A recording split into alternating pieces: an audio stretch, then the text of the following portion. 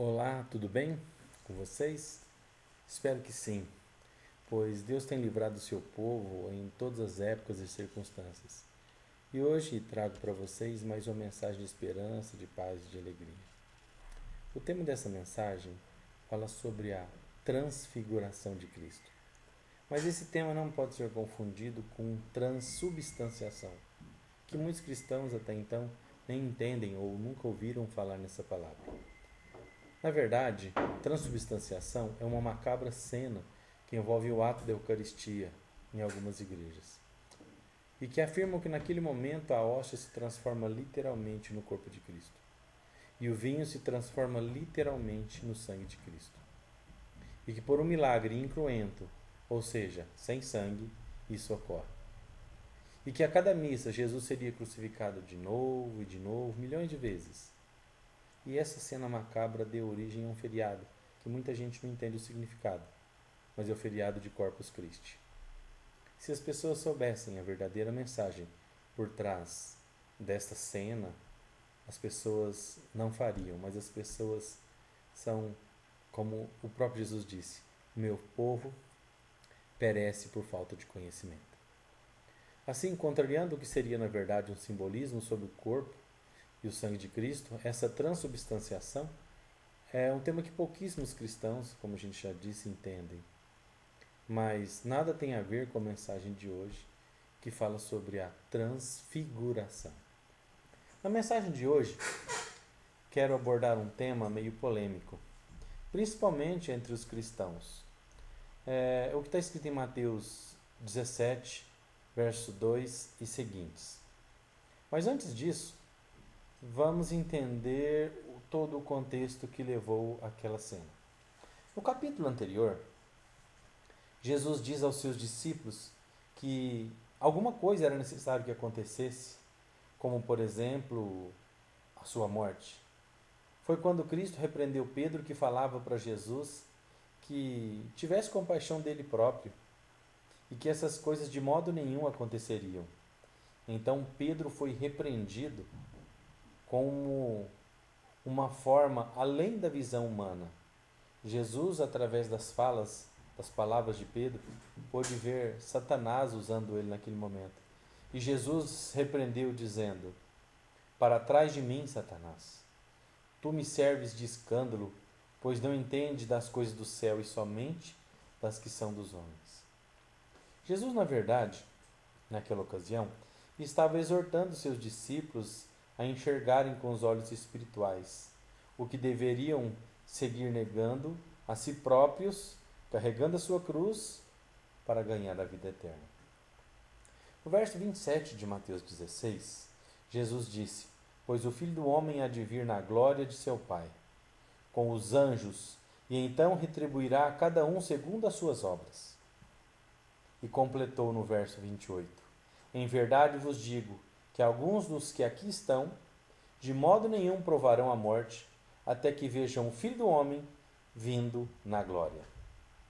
Então, esses versos anteriores servem para a gente poder entender o que Jesus quis dizer e o que aconteceu no capítulo seguinte. A gente pode encontrar essa mensagem em 3 livros da Bíblia. Em Mateus, no capítulo 17, versos 1 em diante, até o 10. Também podemos ver essa mensagem em Marcos 9 e Lucas 9. Mas vamos abordar sobre o aspecto apresentado no livro de Mateus. Estas palavras, Jesus estava dizendo certamente, mencionando o que aconteceria 6 dias após. Que naquela mensagem, Jesus estava apresentando que ele viria realmente em glória, na transfiguração, e que alguns de seus discípulos certamente poderiam vir. Nesta mensagem, tem como condão de abordar o que aconteceu naquela ocasião e por que Deus enviou 2 apoios humanos para confortar e encorajar Jesus para que o que em breve aconteceria, que era a sua crucifixão e morte. Vamos ler então o texto de Mateus 17, de 1 a 8. Se você quiser acompanhar aí na sua Bíblia, Eu vou dar um minutinho para você encontrar. Pegue a sua Bíblia, abra no primeiro livro do Novo Testamento, Mateus capítulo 17, verso de 1 a 8. Antes de iniciarmos, vamos orar. Deus maravilhoso, querido Pai Celestial, estamos aqui neste momento para honrar e glorificar o Teu santo nome. Muito obrigado, porque o Senhor está nos dando a oportunidade de ainda podermos ler a Tua palavra. Que o Teu Santo Espírito possa esclarecer a nossa mente sobre o que o Senhor tem para dizer para nós hoje. E que essa mensagem sirva para a Tua honra e Tua glória e enriquecimento espiritual de cada um de nós. Em nome de Jesus. Amém. Muito bem. Vamos ler agora Mateus 17, verso de 1 a 8. Diz o seguinte. Verso 1. 6 dias depois tomou Jesus consigo a 3 de seus discípulos, que eram Pedro, Tiago e João, e os conduziu para um alto monte. E foi transfigurado diante dele, e o seu rosto resplandeceu como o sol, e as suas vestes tornaram-se brancas como a luz. E lhes apareceram Moisés e Elias falando com eles. Pedro, tomando a palavra, disse: Senhor Jesus, bom estarmos aqui. Se queres, farei aqui 3 cabanas, uma para ti, outra para Moisés e outra para Elias. Estando ele ainda falando, eis que uma nuvem luminosa os cobriu e dela saiu uma voz que dizia: Este é meu filho amado, em quem me comprazo. A ele ouvi. Os discípulos, ouvindo isso, caíram com o rosto em terra e ficaram grandemente amedrontados. Verso 7. Chegou-se, pois, Jesus e, tocando os discípulos, disse: Levantai-vos e não temais. Verso 8. Erguendo eles os olhos, não viram ninguém, senão a Jesus somente. Conforme podemos ver nestes versos, Jesus predisse que alguns dos seus discípulos, que estiveram com ele naquela ocasião do capítulo anterior, de modo nenhum provariam a morte até que vissem o Filho do Homem vindo no seu reino na glória. E desta forma se cumpriu o que está descrito em Mateus 16, verso 28. Por outro lado, também tivemos o apóstolo João, que descreveu no livro de Apocalipse, que também estava presente na transfiguração, e também foi dito para ele que alguns daquele não passariam pela morte até que vissem Jesus vindo na glória. Também se cumpriu quando Pedro descreveu as cenas dos novos céus e da nova terra, em cumprimento àquela profecia. Temos também o comentário sobre este tema no Espírito de Profecia. A escritora norte-americana Ellen Goldwhite, ela descreve num livro chamado O Desejado de Todas as Nações, no capítulo 46, que diz o seguinte: E Jesus silenciosamente fez seus discípulos caminharem por entre estradas poeirentas, pedregosas, e uma deserta encosta da montanha, até o local da transfiguração. Isso está descrito nesse livro. E no livro História da Redenção, na página 205 e 206, temos um relato mais complexo. E vamos entender então por que Deus mandou, por que ele enviou Moisés e Elias para que confortasse Jesus naquela situação. O texto diz o seguinte: História da Redenção, capítulo 205 e 206. Deus desejou dar aos discípulos de Jesus, que estavam ali, vamos relembrar? Pedro, Tiago e João. Então Deus desejou dar a esses discípulos uma forte prova de que Jesus era o prometido Messias, a fim de que em seu amargo desapontamento e tristeza, quando no momento da crucifixão, não perdessem por completo a sua confiança em Jesus. Por ocasião da transfiguração, o Senhor enviou Moisés e Elias para falar com Jesus sobre os seus sofrimentos e morte. Em vez de escolher anjos para falar com seu filho, Deus escolheu os que tinham por si mesmos experimentado das provações da terra. Elias havia andado com Deus, sua obra tinha sido penosa e probante, pois o Senhor, por intermédio dele, havia reprovado os pecados de Israel. Elias fora profeta de Deus. Todavia, ele foi compelido a fugir de um lugar para outro a fim de se salvar. A sua própria nação o caçou como um animal feroz a fim de destruir, mas Deus tinha um livramento para ele, para Elias, e levou-o para o céu em glória e triunfo. Elias, então, não provou a morte. Moisés foi maior que qualquer outro homem que havia vivido antes dele, e foi altamente honrado por Deus, tendo tido o privilégio de falar com o Senhor face a face, como um homem fala ao seu amigo. Foi-lhe permitido ver a luz resplandecente e excelente glória que rodeava o Pai. Desculpa. O Senhor, por meio de Moisés, libertou os filhos de Israel do cativeiro egípcio. Moisés foi um mediador para o seu povo, ficando muitas vezes entre eles e a ira de Deus, quando a ira de Deus grandemente se acendeu contra Israel, pela sua incredulidade, suas murmurações e seus ofensivos pecados. O amor de Moisés por eles foi provado. Deus se propusera destruí-los e fazer dele, Moisés, uma poderosa nação. Mas Moisés mostrou seu amor para com Israel, por meio do fervoroso rogo que fez em favor deles. Moisés passou pela morte, mas Cristo desceu até ele e deu-lhe novamente a vida, antes que seu corpo visse a corrupção. Satanás procurou retê-lo, usando dos pecados que ele tinha cometido de ferir a rocha, porém mansamente Cristo remeteu a Satanás ao seu Pai, dizendo: o Senhor te repreenda. Na transfiguração, a promessa se cumpriu, e assim transformou-se ali o rosto de Jesus, que resplandeceu com o sol. Finalizando o texto do livro História da Redenção, está dizendo que suas vestes se tornaram brancas e luzentes. Moisés estava presente com a finalidade para representar os que são ressuscitados dentre os mortos por ocasião do segundo advento de Cristo.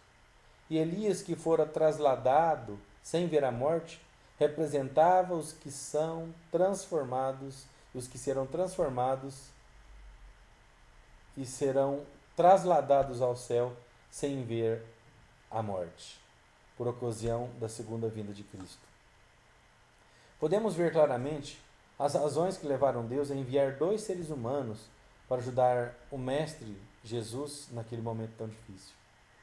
Ainda que seus discípulos estivessem dormindo enquanto Jesus falava com Moisés e Elias, alguns teólogos dizem que Moisés e Elias, ao falar com Jesus, Moisés estava em espírito, porque eles acreditam que Jesus não ressuscitou Moisés, e que ali estava Moisés em espírito e Elias estava em carne, porque ele havia sido trasladado. Porém, a gente sabe que está escrito em Judas 9, que Jesus ressuscitou Moisés. E a finalidade de Moisés estar ali é para representar os que morreram, acreditando que Jesus seria o Redentor e acreditando na sua segunda vinda. Moisés estava ali para representar os que morreram. Elias estava ali para representar os que subirão ao céu vivos. Então, irmãos, importante a gente entender que ali estava Elias, o profeta do Senhor, e que há 9 séculos antes, Jesus o havia trasladado ao céu vivo sem conhecer a morte. Estava ali para representar justamente os que serão trasladados ao céu por ocasião da segunda vinda de Cristo. Então, meus caros amigos e irmãos, essa mensagem nos mostra que Deus estava tentando revelar o futuro. E que os discípulos que ali estavam em nada compreenderam aquela situação. Podemos ver até com a fala de Pedro. Pedro, impetuoso Pedro, ele disse: Mestre, bom é estarmos aqui. Vamos fazer 3 tendas, uma para ti, uma para Moisés e uma para Elias. Pedro falava sem pensar. Alguns até dizem, Pedro falava pelos cotovelos. No final dessa descrição, podemos ver Deus vindo àquele lugar. E através de uma nuvem muito branca, disse aos discípulos: Este é meu filho amado, a ele ouvi. Então, irmãos, essa manifestação de Deus era para deixar os discípulos confortados no momento de grande dificuldade, quando vissem o Mestre pregado naquela cruz. Eles teriam que entender a missão de Jesus. Foi para isso que Deus veio e disse essas palavras para ele. Toda esta cena está nos mostrando que Jesus estava a cumprir a sua parte mais difícil na sua missão. E podemos notar isso quando ele disse: Pai, se possível, passa de mim este cálice. Mas que esta missão de Jesus, ela só terminará na sua segunda vinda. Com o resgate de você que está ouvindo essa mensagem, o resgate da sua família que crê que Jesus vai voltar para resgatar. Então podemos tirar uma lição, que tudo se cumpriu na vida e morte de Jesus. Agora só falta o cumprimento de sua maravilhosa vinda em glória, para descrever esta cena. Vemos o apóstolo João descrevendo no livro de Apocalipse como seriam os novos céus e a nova terra, o que certamente deve nos trazer conforto. Em meio a este mundo conturbado, podemos ter certeza que Deus está no controle. As coisas terríveis que estão acontecendo são necessárias, mas não são o fim em si mesmo. Muitas coisas ruins ainda vão acontecer. E é necessário que desejemos sair deste mundo.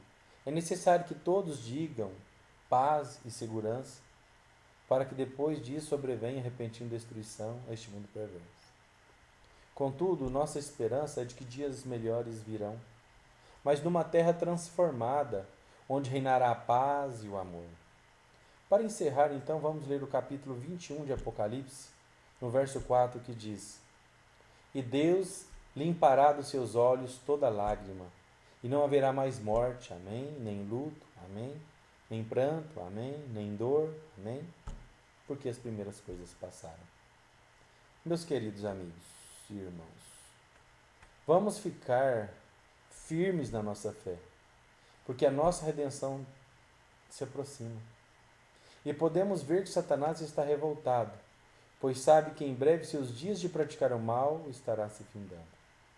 Em breve veremos Jesus nas nuvens, mas este agora virá com grande poder e muita glória. E para que você faça parte desse povo que Jesus virá buscar, basta crer e confiar. Se entregar de todo o coração.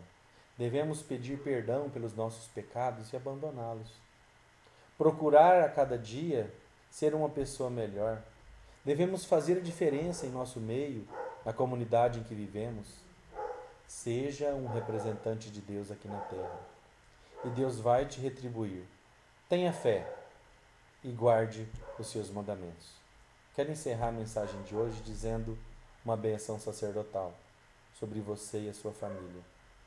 Que o Senhor te abençoe e te guarde, e faça resplandecer o seu rosto sobre ti, e tenha misericórdia de ti.